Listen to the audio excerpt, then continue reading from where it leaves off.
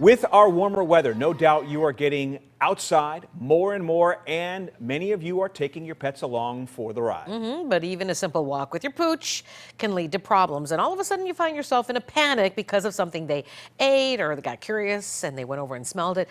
So here to talk to us more about the common spring pet hazards and how to avoid them is the medical director for Veterinary Emergency Group, or VEG, and Dr. Laura Kozlowski joining us this morning. Good morning to you.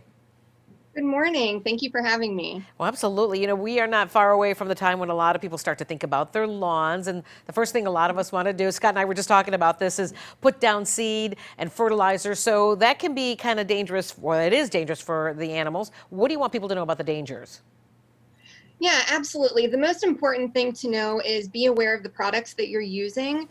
If you can use pet safe products, do so. If you can't, then make sure that they're locked up and secure after you've used them.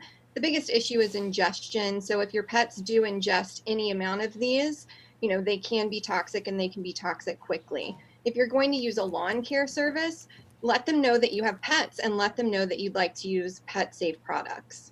Chicago is home to a lot of dog lovers, and unfortunately, we are also one of the rat capitals of the country. So a lot of people are baiting this vermin, and we got to worry about our dogs sniffing around that, right?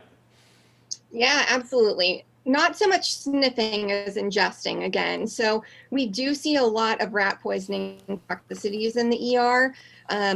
People put this down in alleyways. You don't know it's there, and then your dog can ingest it. So you just need to be aware while you're on walks. Make sure if your dog does pick something up, get it out of their mouth.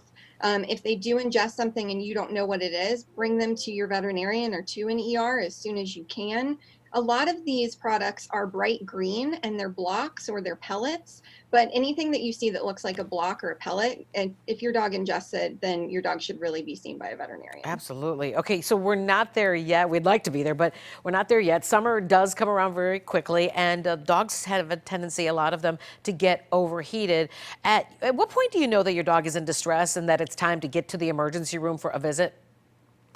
Watch the breathing. If your dog is really panting or really struggling at all, then that's when you need to have your dog seen. If you're going to have your dog outside in the summer heat, make sure that you have shade available, make sure that there's fresh water. And then if your dog is older or maybe a little bit more overweight, like a lot of our pets are, then make sure that you don't leave them out too long or take them on too long of a walk, because this is when overheating really becomes an issue. I have a pair of Frenchies. Allergies is a constant battle for us at my house, and I have to say we use Benadryl, and quite frequently, to keep them from itching. Your thoughts? Totally safe. Benadryl is a safe, easy way to deal with allergies. It's a good starter medication, but if your dog doesn't respond to allergies, or to the Benadryl for the allergies, that's when you really need to talk to your vet about prescription medication. How do you know when your dog has allergies, like an issue, like a regular thing?